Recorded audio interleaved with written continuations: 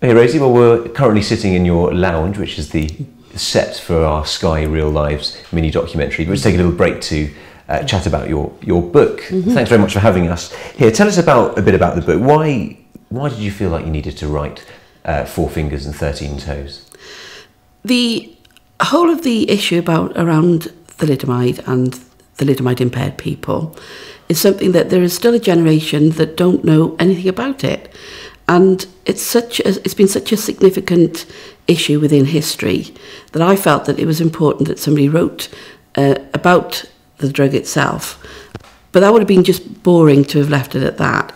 I wanted to incorporate it into my own life story to make it bring a more humanistic factor into it. And lots of funny incidences and sad incidences had always happened throughout my lifetime. And my mum had always said, oh, you really should put that in writing, you really should put that in writing. And it was a promise I made to my mum, who sadly died 17 years ago. And so the book is dedicated to her. And that's really why, one of the reasons why I wanted to do it.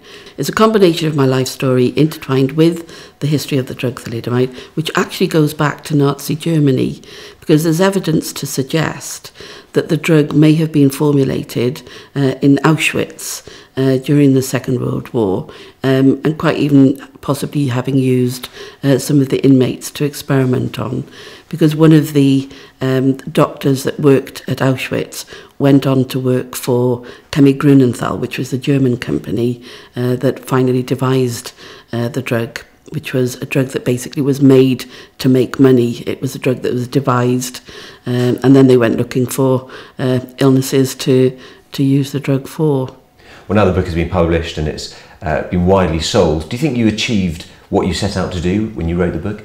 I like to think so, because lots of the feedback that I've actually had from people who have already read the book has been that it's positive, because I've tried to bring into the book some of my own sense of humour to counterbalance perhaps some of the sadder elements and perhaps the shock of all of the information about the drug, which lots of people didn't know about. So it's entertaining, but it's factual, it's educational and informative as well. What's the message of the book? Many people would think that thalidomide destroys lives. Is that the tone? It explains within the book that yes, for some people it did destroy their lives, because actually 50% of the thalidomide impaired babies born in the United Kingdom were abandoned to orphanages or hospitals. So obviously I've mentioned that in the book, but the positive side is that thank goodness I had the opposite of that. I had a very loving family, and not just immediate family but extended family, who strove to give me as regular a life as anybody would have.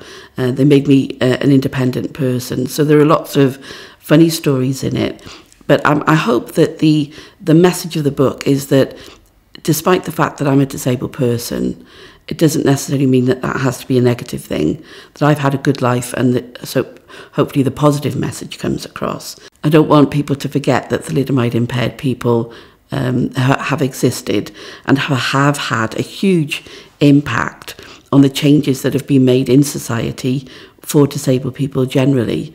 And I've strove to work towards that within the book. It wasn't quite as simple as just sitting down and writing a book, was it? You did a lot of research. Absolutely. About 20 years worth of research, I had to learn all about the drug and how it came about and what dates and who was involved, all that side of it. And then, of course, interviewing and chasing up family members to try and, pick their brains, what happened on this occasion. Because although I was at my birth, I wouldn't have known what happened there. So I had to recall stories that my mother told me, ring aunts and uncles to get their input, my 2 sisters and my dad, and obviously Steve and James, right up to current date, and bring all of that together and put it in and when I say an easy read, I mean the kind of read that the book will appeal to anybody. So I've had young teenagers of about 11 and 12 who've read the book and come and tell me that they learned an awful lot.